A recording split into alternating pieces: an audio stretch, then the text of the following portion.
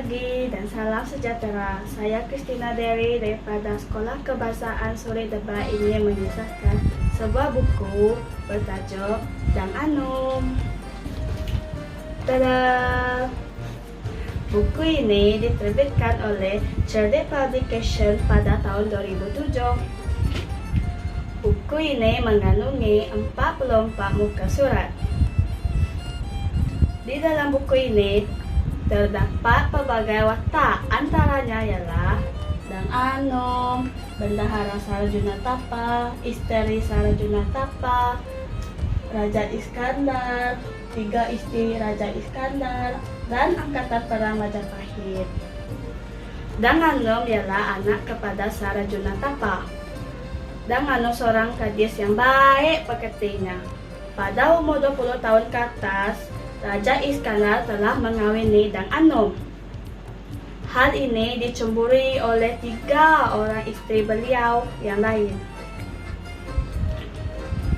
Mereka memfitnah Dang Anum supaya raja membencinya. Dang Anum pun dihukum mati. Sarjunatapa, ayah kepada Dang Anum, menyimpan dendam yang amat sangat. Beliau telah meminta Majapahit datang menyerang Singapura. Akhirnya Singapura telah dikalahkan oleh Majapahit.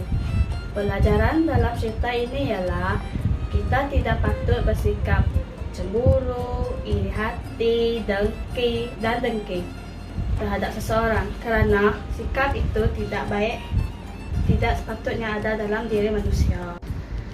Saya memilih buku ini kerana saya suka watak Dang Anum. Dang Anum ialah seorang yang baik hati, taat kepada ibu bapa, dan suka rendah diri.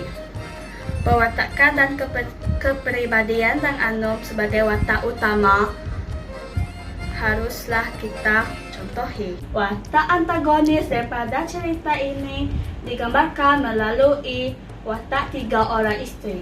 Mereka bersifat cemburu, iri hati, dan suka menyimpan dendam. Mereka telah memfitnah Dang Anum dengan meletakkan keris dan tanjak di tempat tidurnya, seolah-olah Dang Anum telah berlaku curang. Perbuatan memfitnah ini akan memudaratkan banyak pihak. Bahasa yang digunakan di dalam buku ini adalah senang difahami dan juga mempunyai bahasa istana. Bahasa istana tidak dituturkan secara meluas. Oleh itu, saya tertarik dengan bahasa istana seperti baginda, hamba, kekanda, adinda, dan bendahara. Daripada cerita ini juga, saya dapat tahu bahawa kisah ini berlaku pada zaman pemerintahan Raja Iskandar. Selain daripada itu, cerita ini juga banyak menggunakan kawasan istana sebagai latar tempat. 2 perkara ini menarik perhatian saya kerana ia merupakan sesuatu yang tidak terdapat di persekitaran saya.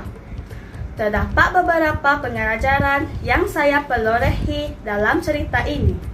Yang pertama, kita jangan bersikap cemburu, iri hati, dan dengki terhadap seseorang, seperti apa yang dilakukan oleh 3 orang isteri terhadap Dang Anum. Yang kedua, kita haruslah memastikan bahawa maklumat yang kita terima betul dan sahih sebelum mengambil apa-apa tindakan. Raja Iskandar sepatutnya mengambil inisiatif untuk memastikan kesahihan dakwaan daripada 3 isteri beliau. Dang Anum yang tidak bersalah tidak akan dihukum.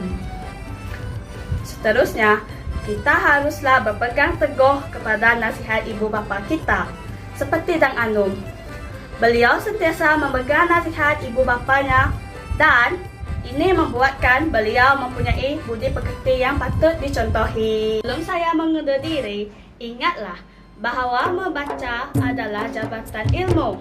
Ia boleh membuka pintu kepada pelbagai pengetahuan. Jadi, pergilah ke pusat sumber sekolah, pilih buku dan baca.